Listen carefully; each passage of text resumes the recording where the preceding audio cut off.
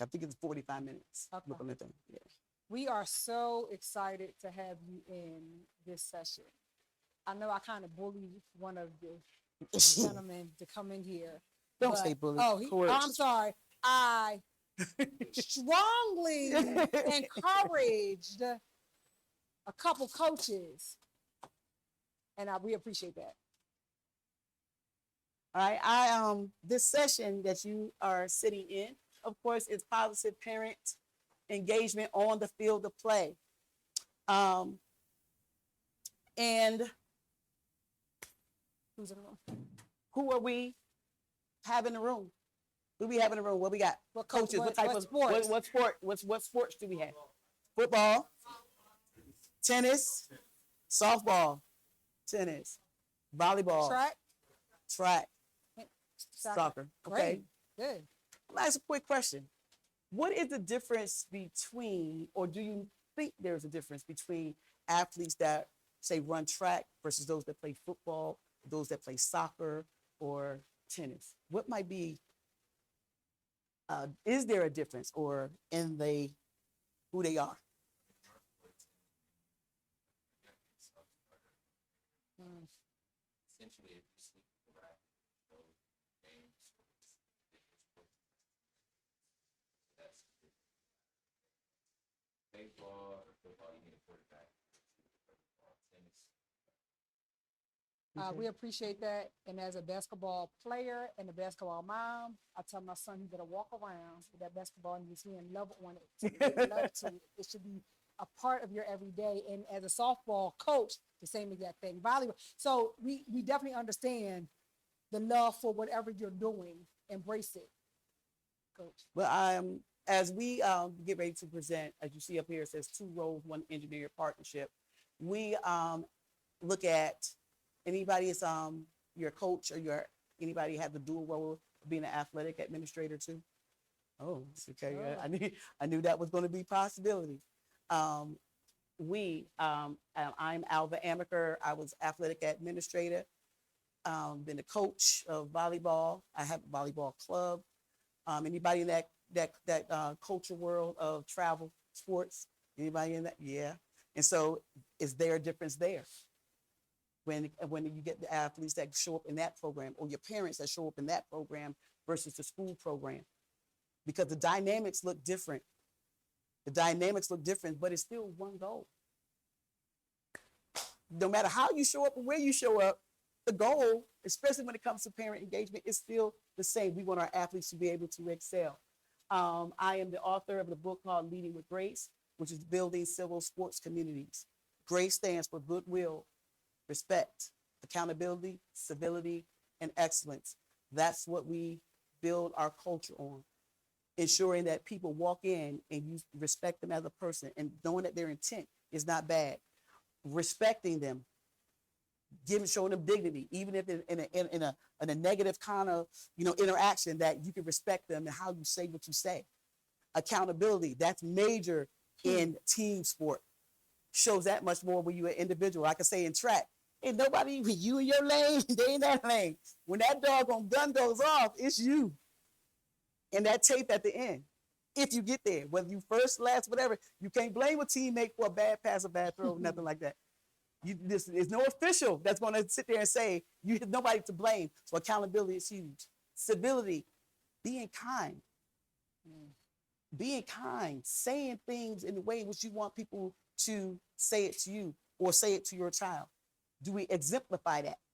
And then also, because the goal is we want to be able to get to excellence. That is our key, to be able to get to excellence. That is the level in which we want. And so therefore, to be able to, from an administrative side, look at what's happening, being a parent of athletes and being a coach, it's like how do all of us get to align what this culture is going to look like in order for us to thrive. All right. Thank you so much. Yeah, As a person who has been invested in sports all my life, from a little bitty girl, I'm such a tomboy. Everything about sports I love. A certified athletic administrator. I'm an educator. I'm a coach. We both coach flag football, full contact flag in our county. We just retired from playing full contact flag. 2 years ago, right? and a parent of 2 collegiate athletes. I'm also the author of the parent playbook, Nurturing a Champion's Mindset One Quarter at a Time. And the reason why I wrote this book, because of the developmental stages, the physical stages, the mental stages of our athlete, because I'm the parent that I'm talking about. I'm the parent that you don't like, you don't want to see coming. I'm the parent that knows it all because I'm an athlete. This is what I do. I'm a parent that's going to be aggressive, going to tell my kid, coach my kid, and do all of these things. And I am also a varsity boys basketball coach now, but I used to be a head girls basketball, varsity girls basketball coach for years, and a certified athletic administrator. So holistically, we feel as though what we can do together and try to help coaches, because again, I'm the parent that probably every coach hated, but also that every coach loved, because I do have the conversation and know what I'm talking about. Hence the reason why I have now founded Salty as a consulting coaching business, because salty has a negative connotation to it, right? But if you think about salt, if our children don't have enough sodium in them, what happens? They cramp up. So what do we try to give them? Pickle juice, mustard, or water, some Gatorade, right? But I had to learn that self-affirming love will transform you. So I pour into myself, so then I can pour into others. But before I can pour into you, I can't pour from an empty cup. So I have to make sure I'm nurturing myself, because now she was so nice. And now I'm learning to be so nice. But as a coach, and as my children would say, I was rough. I love hard. I hug hard. I parent hard. I coach hard. And now I'm learning that that doesn't automatically make a stronger student at the end of the day. So we're trying to help captivate the parents to allow them to understand how to be civil with your child and how we can help manipulate that situation as coaches. All right? Okay. All right. Why this session? Why now? Sideline environment. 38 to 40% of our children no longer play. So you agree? Who agrees with that? Yeah. Anybody have any More problems? challenging to get athletes to come out to your. More It's challenging? more challenging, right? Okay. Everybody wanted to blame social media. Oh, it's because they're on their phone. Oh, it's because they're on the phone. It's not that. It's that they're getting mentally oftentimes beat down. Nothing is ever good enough. Nothing's ever good enough. So their self-esteem gets low. They feel like the challenge is too great. They're just the pressures of everything, the time commitment. Parents looking at the children as, I know if I pay my money, you better, they are a dollar bill. They want that return on investment. When the kid just say, I just want to freaking play. I want to have some fun. So shifting that. 40% of official. You got officiating problem down here? Anybody have an officiating problem? Or were you out there on the circuit? Is there officiating problem? I don't care what sport it is. Nope. There are no officials. Everybody, you rag officials as coaches, as parents, players. They get it all. We're both officials as well. So our lens of when we talk about this stuff is full circle. It is full circle from every vein in which you could possibly think about. It's full circle. And the thing is, nobody don't like them, but you don't jump in the hat. You don't get there. If you can tell them their job, then come do my job. How many? How many You know of what I'm us saying? are officials? It's a little challenge. It's a little bit more challenging. Yes. Mm. Yeah. The parent, they will tear you up. I get, if you have you have an option though. Lucky you. Okay. Right. So, okay. So the plan for you to walk away with is knowing what the research said. Everything that we talk about is based off of experience, but also based off of research, right?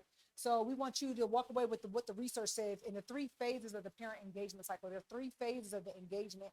Engagement meaning that's something positive. We want you to be engaging to the parents, although how hard it is to be engaging to the parents. And why the car ride home is an essential situation to allow your child to decompress, your student. How can we let the parent know the car ride home is essential to allow the student athlete to decompress? And then within my book, we talk about the car ride home and the impact it can have, good or bad. And then the feeling we plan for you to leave out empowered and have an accountability for your parents to build the culture that you want in your program, knowing as a parent is there to fully support you and equipped with the language parents will accept. Okay.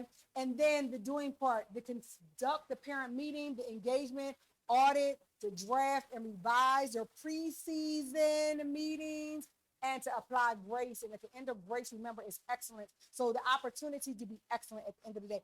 How many people have already had your parent meeting? One? Y'all get Organization. started. Didn't you get started already? Right? So Next next week. week. Okay, in your parent meeting, and we asked this question last before, but in your parent meeting, are the administrators there? So it's just the coaches meet with the parents? Okay, in your coaches meeting, has anybody had their coaches meeting yet for the fall? In your coaches meeting, was your athletic director typically does a coach meeting? Was your administrator there? The chain of command? And I only see one person your head. So we're talking about engagement with parents, and the school is not even engaged with each other. Right? When your coaches meeting, you should be immersed with your coaches that are in your building, whether they're physically in your building or they just work as a coach in your, not just, or they work as a coach in your building. So think about that. Ask the athletic director, yo, we're administrator. I don't even know who they are. Who are they? How many people know who the administrator is if you don't work in that building? One. I'm seeing Yeah. one hand. Think about it. We got meetings, but we communicate every day. No, but you usually have, well, so as the athletic administrators, we would have a meeting, right? For fall coaches, winter coaches, and spring coaches. But the meeting takes place so you can know what the expectation is from our point of view. But I need you to know who your administrator and or principal is for the chain of It's command. layered. For the chain of command, because how many parents want to jump over your head and talk to AP you don't even know? Like, what are you talking about? AP comes to you like, what are you talking about? But if the AP was in the meeting, because the AP should have spoken to the athletic director prior to your meeting, and now everybody's in a cohesive framework. Okay. So these are the ways we're trying to get the community, the parents, to be invested in the culture. But if you don't even have a culture built within your own school, how's that going to happen? Just a question. Yes. That Okay. one. Yeah. So the developmental science about the sideline interaction, key thing I want to address is that one, the developmental layers of or processes and what our children can process at a given time is documented. We tend to treat all children, whether they are 8, if they are athlete, you talk to them the same way you do as if they are 17. So here's my cognitively- example. When your child is 7 years old, I'm a basketball player, I'm a basketball mom, I'm a basketball player, I'm a basketball coach. Run the floor at 7. And your 7-year-old is thinking what? I'm running the floor. Aren't they running the floor? But in my coach's mind, you're not running, you're looking up, you got your hand You're up. not in your lane. You're not running the floor. So have we allowed the opportunity for the developmental stage? Because now at your 15, 16-year-old self, they still may not even know what you're talking about. The route running is horrific for athletes. I'm like, what are they doing? But who taught them how to do it at the younger stages when they were having fun, right? So you have to think about that. So within my book, it talks about the developmental stages and the maturity, the body, the physical, and the mental. They don't know some things, but we're pouring all these terminologies into them, and they're like, what you talking about? Mhm.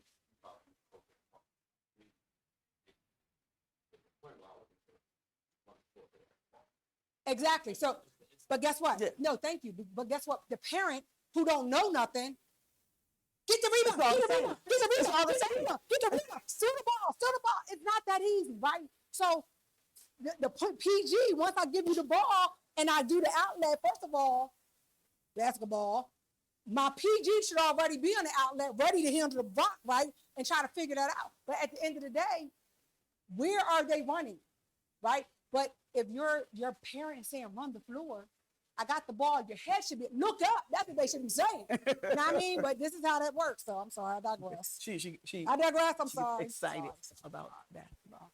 But then, you know, in our volleyball world, they think the Oh my gosh. You can't sub like you can in other sports. No. You get that one service rotation. You put a sub in, that person's stinking up the place. Just had a girl just last week run off the bench and go back in the spot. The coach grabbed her and put her in another location. We said, no, she only got to go back in where she left out. And But that parents don't know these not things. knowing these things, and sometimes coaches forget and don't know because they want to stop the scene real quick, but they got to go back right in where they that one spot, that one location, that's it. And so some players that are those dual athletes, they're like, how come I can't go in right now? So now you got to manage the bench because they don't understand the rules of the game. So the rules of engagement is part that we have to do during this preseason period. During your preseason, During the parent preseason. meeting, All right, so that's going back to these stages. All right, also relationship building. There is theory, Gottman is a theorist that says 5 positive communications should happen for your 1 negative. how many people are making your child soft, your athlete soft if you do that? How many of us are making our positive- child soft and we say 5 positive things Before your 1 before negative. the 1 negative? Had you heard that before? Oh, I don't want to make Yeah. my kids soft. Yeah. But so because right now you say something positive, they already know they did what they're supposed to do. You do that because you're supposed to. That was me. That's a great serve. You know, we'll say, I got it over net. They celebrate. Like, that's what you're supposed to do. Like, acknowledge the great serve, but then say, but I need you to put it in zone 2, like I said. So, You know what I'm saying? Like I You know said, what I'm saying? See, but I respect the fact that you got it over the net. But we needed to go here strategic wise. And that goes to the technical versus tactical stuff of the game. All right. And self-regulation, that goes back to all of us. And how do we regulate how we say that? How do we say it? Versus, like I tell them, a point at the beginning of the game has the value for us in volleyball as 1, as it does as the last play of the game. It's still 1. right. The value of the point don't change where it is. The value of the point don't change because of the championship game versus the scrimmage. You see, it's 1 is 1 is 1. And so what we do, we have gotten ourselves as coaches and as parents tied into the ebbs and flows of athletics, And you know, when which you're have destroyed at our that- culture. And what we need to start doing in the preseason is reminding the coach, I'm aggressive. I am. I tell parents all the time, look, when I'm talking to your kid, and I'm from Philly, I'll be like, yeah, but I might be saying, great job, this is what I'm talking about. And you think I'm cussing your kid out, right? So we have to understand it. But then that's how you build that relationship. Get to know your parents. Let your parents get to know who you are. You know what I mean? So you want to make sure that they have that captivating situation. Like, you know what? They coaching my child hard, and I'm enjoying it because they're loving on my kid because of the 5-1. They love my kid. They want them to do so much better because guess what? When the kid does well, the parent pats themselves on the back. What do the coaches do? Pat themselves on the back. So we have to remember those things. To think about. Real quick, think about a time when the last time a parent interaction made your job easier or harder, make your athlete feel bigger or smaller, or made your sideline manageable or less safe. Think about it. Think about it. And I want some feedback. When was that? And how did you handle it? How did you handle it? Anybody got any stories to tell? 1, 2. I know something at some point. Some of this has happened. Some of this has happened. Okay. I was the head coach at the time. I was the defensive coordinator. The head coach at the time. The key in the coach is something that was said, and I seen the parent the next day. I was trying to catch the kids before that. I think that the only day I ever seen them get practice about, well, not practice, to the school about 2 or 3 minutes. Then my normal time. And so I saw the kid the next day, they want to walk to school. I said, what? And I asked the parent why he got from it. And Coach Burrow, and then it was that.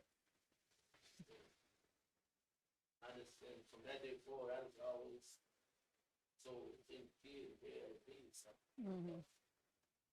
I mean, I'm not gonna try to change the decision, but I'm trying to encourage. So are you saying they were ready to transfer?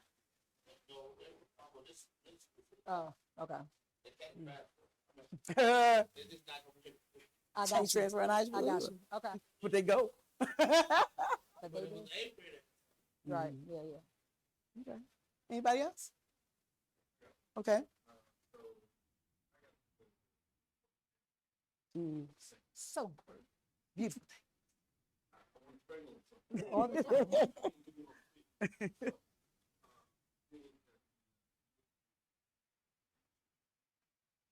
Son, was on his last road, and he didn't do as good as he could. Coach, I'm trying to come back before, but my wife, his mom was there too. So she's hey, I'm the big. Got you. She's me. So I'll take that. I'm telling her, hey, say, That's cool. number one. Two, everybody look. And number three, I'm a fair coach.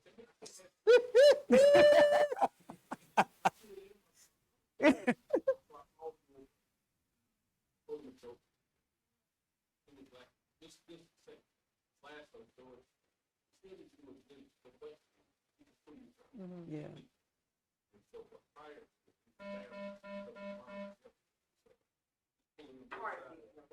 Fifty. Sorry. So what I'm hearing is trying to lighten the situation is a good thing, and showing the parent how to also lighten the situation, right? And any coached parents here anymore? Coach parents? Okay, I coach both of my sons in league varsity basketball and in middle school basketball, and the youngest one in middle league basketball. And that's probably one of the most challenging and how to balance the life of an athlete's parent. I had to tell my youngest one, how was practice today? He looking at me like, Mom, you was at practice. I'm like, yeah, but practice was different for me. The than it was lens for you, right? is different. So just getting in the idea, and this is just a throw out if anybody else has, just having them have the opportunity. to Don't say, even do it. It's messed up. And Oh, yeah, don't but do it. however, that same thing with being a coach of your parent, your coach of your parent, coach of your child. You got to teach them to understand how to delineate the difference between the two of you too. Yes. Because sometimes they just see you in one light. Yep. In one light. Because I would be the same thing. We driving home in the car. Well, how was practice? How was the game? You was right there. I'm like, I'm not asking you from the coach side. I'm got you from my mom side. You know. Good. She got that. You can, but I told y'all. But and she should. My son, he's 20 right now. He's a collegiate ball player, and he right now. If we're in the gym, he be like, Coach. But my oldest son, you my mom. Like you my mom all day long. You know what I mean? So you have to really have that conversation with you. Like, listen, it's Coach. And I'm gonna treat you like every other. Can I get some water? Did you bring your water from home? Like, you know what I mean? Like, absolutely Yeah. not. It's a process. It's a process. It's a process. When you know your child, that's like any of the players. Yeah. Any of the players, knowing who they are, because sometimes you got to have that little thing that you might let this one do, not going outside the standard. Standard is the same, but how does it make you have a better relationship? Because when they don't have different levels of connection, and so what's going to make them connect is going to be critical. All right, so right now let's answer these. Right now we go by. 1 second, Coach. Yeah, I'm sorry. I was in the conference about a week ago for that line is coaching the team. Parents stay out. Good. Correct. And that conversation needs to happen in your parent meeting, and we'll actually get to that piece. Yeah. Yes. Hardline. But it's a good and bad, Bad good thing. Yeah. and bad. And it's a hard line. No, you got to stand firm. But you're more importantly, and we'll talk about this coach, the coach, how many people have that coach that can control your bench, that can control the parents, that's not too scared? That if you have the 24-hour rule, how many people have the 24-hour rule? Don't talk to me until after 24 hours, right? If you have that, but you see your assistant coach having a conversation. Chit chat. No go. You have a conversation with the coaches. Like, this is what we do. If you're an extension of me, I don't care if that's your homeboy. I don't care if that's your brother. I have a husband who was at every game, and guess what I didn't do? As a coach, I wasn't talking to him on the sideline about what was going on in the locker room or wherever, right? So you have to understand, are your coaches with you? Is a culture built? Is it a foundation? Why are you over there?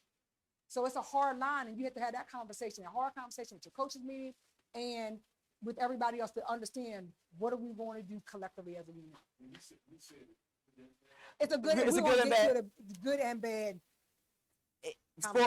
For a parent to be involved, Yeah. but when they involved and how they involved. the And then, engagement. so the key thing is we always, when parents are wanting to be involved, we automatically think about it's problematic. Right. And so what we call it, and what we get to ideally in a second, you want to skip this? Yeah. All right. We call it again. This is go with the research that's there. We're gonna talk about the cortisol. We call it the well-intended parent. The well-intended parent. The Yeah. well-intended parent. The well-intended parent should not be treated like the hostile. But we only all the times use the one tool that we know. Get back. Get back. And so how do we make it, how do we discern what is the intent and what is the of this particular parent? All right, so the research, what if you're looking at this, you see Bonfelder, Bandura, Gottman, PJ, see Amaker, and then you see, because I'm not for research, but I'm addressing chapter 4 in my book deals with the cortisol issue. And the cortisol issue is what we deal with when our athletes get stressed out.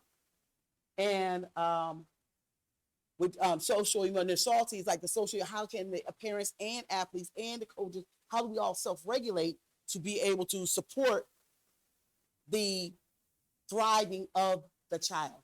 At the end of the day, that's what we all got to line up to do. All right. All So, right, go ahead. but looking at the big scale, you have your macro level. That's everything. So this is where the weight of the athlete is receiving from the external. You can roll it back. Uh-huh. From the external is you got the macro society. That's stuff what they get from social media. That's what they get from their classmates. That's what they get from anybody like that is in the school building. And they watching and they listening. Like I tell anybody, if anybody can't talk against your teammate, if they ain't getting in here in the trenches with us, don't let the school be, I don't play because if you all of that, then you will be out here too. And don't let them talk against you, because again, that is where it gets problematic. So you got to understand how to build our culture. And so outside noise don't mean nothing, but it means everything when they don't have the tools. All right. Then you look at the next level, the external, that's where it gets to the parents in the workplace and anybody else. That's when it also gets to your other teammates. Then you roll it down to the next level. In here, that's that card ride home.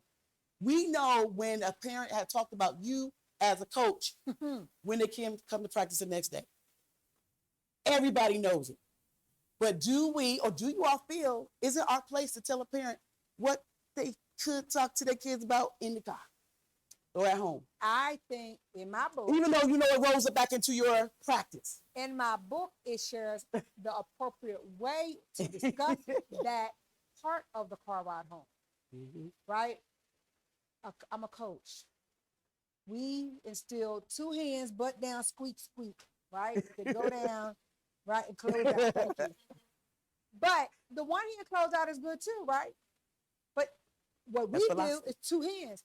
At home, although my husband's like, the one hand close out is good, but because your coach said 2 hands, butt down, squeak, squeak, guess what we gonna do, right? But he bought into it. So what we did, had the coaches meeting, at the parent meeting, and we said, we're gonna break bread together. Chill out, let's talk, let's come have a camaraderie so you can kind of see that we are loving on your kid, and we're asking you at this moment, can you do that, this, that, these, and those? One thing that I love about America did with her club is she hired me, thank you so much, she hired me to be her social emotional learning and flourishing coach, but not everything. just for the athletes.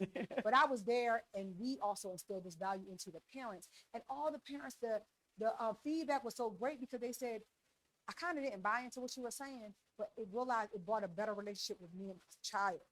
And that was at the end of the day, that's what it was all about. How can I instill something in you if they don't even know? Because a lot of us don't know. I do mental health now and trauma and all this. It's a totally different dynamic. So I'm embedded into the brain thought process, into allowing the parent to know this. So if you look at this, if you look at the micro, right, the bullseye is who? The athlete. The bullseye is the hardest thing to hit. This will come when your athlete is regulated. And how do you regulate the athlete? You try to help the parent get regulated as well. And so eliminating that cortisol, keeping the environment regulated. Hostile environments make the cortisol levels flood. We hear it all on the commercials, chill out, cortisol, get your medicine. We don't want to have to start taking medicine. We want to be able to self-regulate ourselves, to be able to manage. We got to know what is toxic to us, what's causing of these high level stressors, and then manage them, get the tools. So, because what does that image represent over here? What? And monkey A and monkey what on else? his We got a back? monkey, the kids, the wife on It's the weight of the everybody. world. But you want them to sprint. How many times you look at your athletes and they come into practice, they're physically there, but they're not, they're physically there, but they're not mentally there. Why you ain't hustling? You ain't doing it. You normally hit that. Got the weight of the world on his back. Or her back. So they just broke up with their boyfriend and girlfriend. Could have just got an E. They are a student. You know, it's like, we don't know. But do we have a check-in before the game starts or practice starts? Or do we say, on the line, baseline? Yep, that's me. Hit it. But no, not anymore. And more importantly, do you know the age of this child and what they're going through? You talk about middle school. Think about their body development. Think about the things that they're transitioning. Everything is changing. Everything is happening. Do we think about all the dynamics of that? No, nobody wants to And think this is about our their physical PJ. development. You know, voice is changing, hair's growing, hips are growing, dresses. It's so much going on, and that's why girls don't want to play too much, because they don't even know how to operate in their own new body anymore. Because we didn't share with them how to do it. So this is the cognitive process of hostility by age. And as you see, based on the age group, is how they can formalize the thought. What are you saying? What's my expectation? Again, kids, this is when they drop out. Right here. They drop out right here. And at 13, that is when they say it. And then you get the early formulation, because now at 13 and 14, they're now getting their own awareness about, okay, oh, I can do this. They either get the reinforcement that they can, or get more reinforcement that they cannot. And then their friends. Yep. Yeah. Here we go. Boom. Anybody ever heard of the mirror effect? When we look in the mirror, what happens? You see yourself, it's a reflection, but you kind of see yourself in the opposite direction, right? So this is also the mirror effect. And this is how parents sometimes see us, because I don't see myself. And one of my friends told me I'm just too much and I'm aggressive. I'm like, what you talking about? So what I did is I looked at myself in the mirror while I was talking on the phone. And I was like, wow, this is what people see. So I understand the effect that I may be having or may not be having on my student, my athlete, my children, whomever's talking to me, right? So we would, the adult yelled at the official over a call, and then now the kid think, man, he sucked, man, you suck. You know, the kid is They cheat. mimicking, Favorite word. right? When the parent is sitting in the stands looking like this or dropping their head, the student looks like that, and now what happens? Now they're resembling the same exact thing. But if we can try to reverse that negative connotation of the mirror effect and try to build that parent up and to allow the parent to understand what they see and pour into the parent, like, at the end of the day, my son said, Mom, you can't tell me great job. I'm like, I'm a coach. You ain't doing a great job. And I'm like, great job, son. I love seeing you. We at 10. So we got athlete panics, adults panic visibly when falling behind. How does that tie to the kid? When you got everybody, basketball, somebody got to shoot, but nobody want to take that shot. Nobody wants to take that. We can't score if somebody don't shoot. We can't score. So therefore, boom, volleyball. Now it's high pressure. It's high pressure. So now nobody wants to serve. Getting out of rotation because they don't want to do that because the score is 23-24. We all want that kid to be that dog. We always want that one to say, I got it, coach. At the end of the day, I got it. Right? But we got to, again, set the atmosphere for that.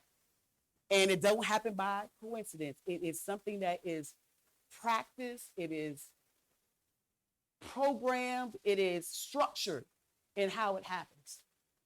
All right, go ahead. From problem to partnership. An athletic department without a written, communicated, and enforced standards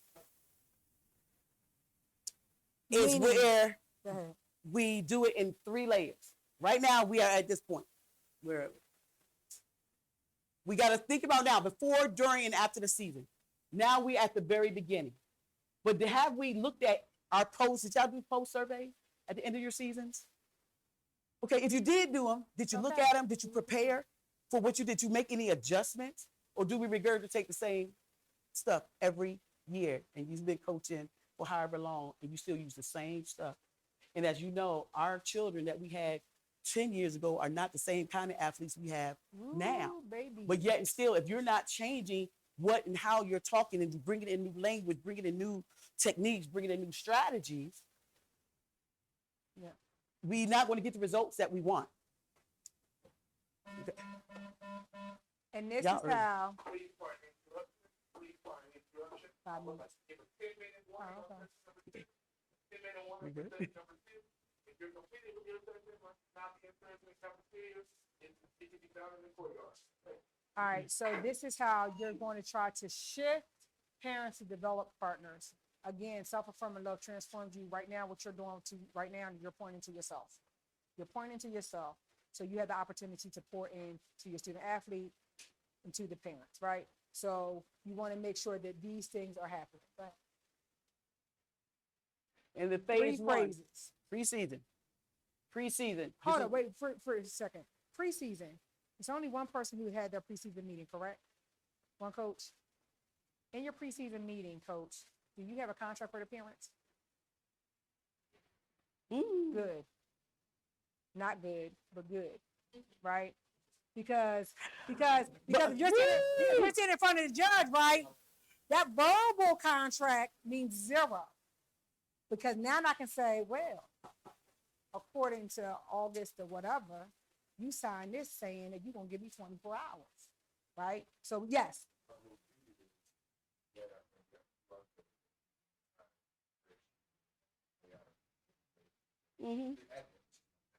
So we gonna need to adjust that just a smidget. So now that pushback, you can be like, Yeah. We clearly agree because people flip and past pages. yes, yeah, absolutely. So Just like we as coaches, kind of like if we haven't made anything new to our program, that's how the same thing as parents, the same old stuff. Or how many times a kid sign it?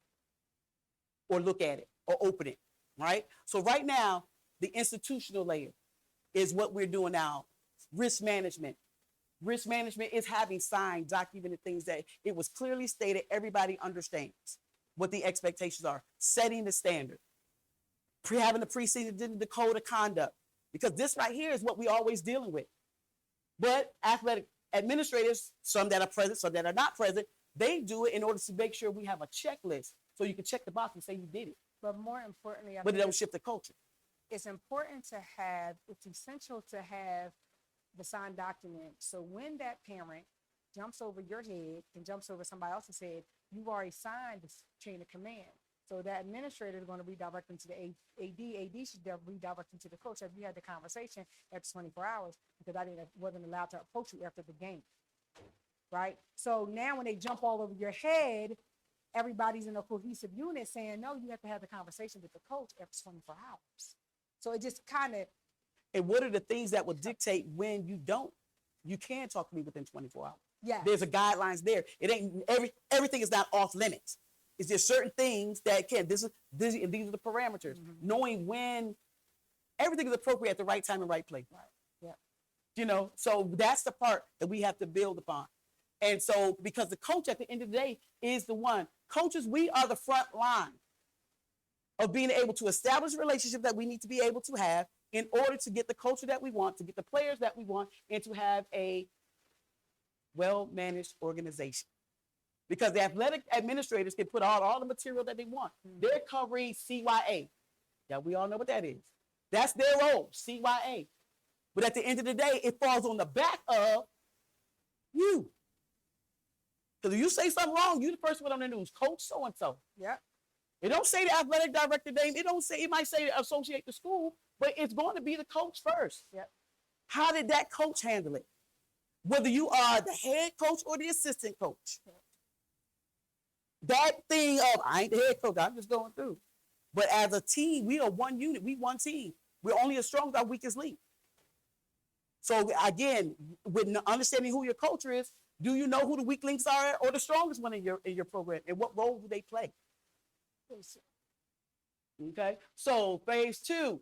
In phase two, this is where you utilize your strengths and your weaknesses. What role can they play? So the coaches that's knowing your bench. I don't like to say get back coach, but that person that don't have a real role in That coach is important. It's essential. essential to managing the sideline and keeping that eyeball when you need it. And then you got the postseason window, utilizing the tools that you had, utilizing your feedback that you might have gotten from postseason, in season, and then applying strategies to fix it. All right, and then applying those strategies, going from policy to practice, is that you're going to do it with goodwill. That goes back to that concept, the how, the way you say it, and what our intents are when we create it, and understanding the intent of all parties involved, because we know everybody that walk into the room, parents walk in and look at our kids as return, as dollar signs. And I tell parents that all the time, stop looking at these children as dollar signs. If the dollars come, great. This is where we talk about the typology of the parent. When we talk about the well-intended, we know how to deal with the ones that have hostile behavior, but it's the one that is well-intended. I do it. That parent to drive you crazy. All right, so here we are. The parent also needs the 5-to-1. That's how you get them to help. That's how you get them to regulate the people that are in your environment. You got to give them something to do. Those that want to be around all the time, the ones that want to talk all the time. Okay, you be my logistic person. Somebody else always keep a stat on everything, know everybody's moving, Be the stat man. Since you working, you looking. Keep up with some stats. What I did in my volleyball club this year that was phenomenal was that we made a bingo card.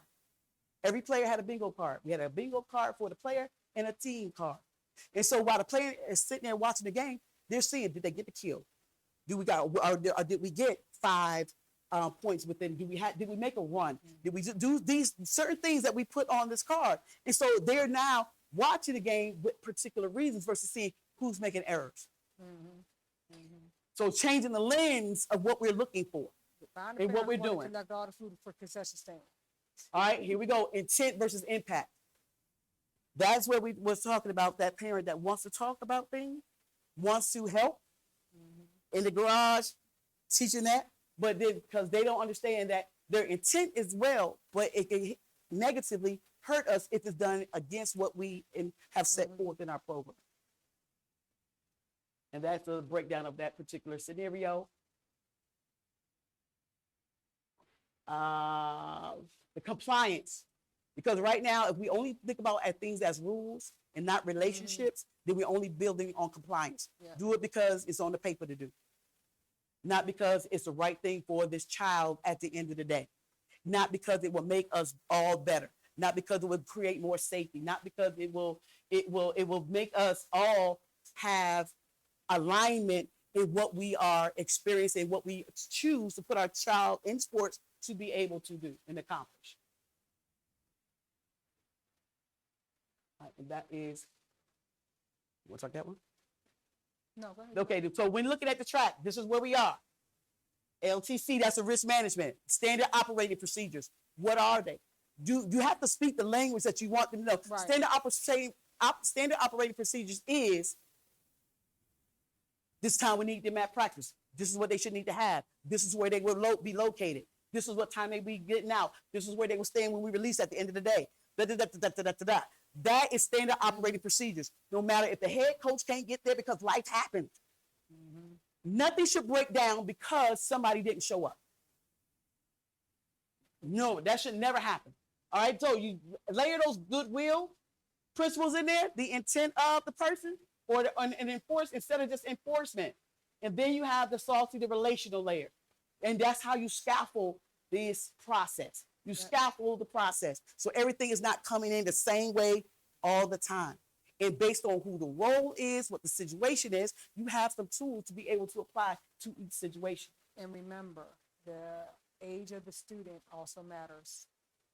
You have to keep that in mind. How many elementary school coaches? Middle school? Got middle school coaches? Okay, and then high school. Okay. So again, at the end of the day, 2 sets. When I say 2 sets, that is the parent at home. And then we look at, we represent a school. Yes. All right. If you want to take a picture, right here, all toolkits. So the little small paper, if you want for additional information, if you might want some parent workshops, want some culture and team workshops, you can check that box. I want you to go to this. Make sure you go here because there's a toolkit. We know coaches don't walk around with papers. Papers get lost. So what we want you to do is go right here to the AD, Vigilant AD at Salty, Grace and Salty, and you can get the toolkit that we designed for this session. So that then you can have some takeaways and takebacks for And be honest with your be stat honest. line. Be honest with your stat line. We thank everybody for we have coming. some here. What's up? And our Mine is books are 20. on sale. And yeah, 20. Yes, thank you. So we have some books available on hand right now. We'll be here at the lunch. Also, you can Yeah. go right here to pay up. They have it there. You get on Amazon. Thank you, They're thank you, available thank there. you. You go over right here. We'll be here. All right. It wasn't that bad, see? You're welcome. You're welcome. Make sure you get them to sign that paper. You're welcome. No, sit that, that's what you're welcome. Now that stat Any line sheet, takeaway, share that with take your parents, so you know how they Absolutely. process Thank you, it thank you. and Thank how you you, so much. what's I your appreciate energy you. level, what's your number? Thank you, thank you, thank you so much. Doodling. I love it. Now she took No, some no, notes, copious notes. So you can take a No, picture. yeah, you can. So anything helpful? Okay. I'm here with, like, with my other coworkers, other coaches and stuff, and then they like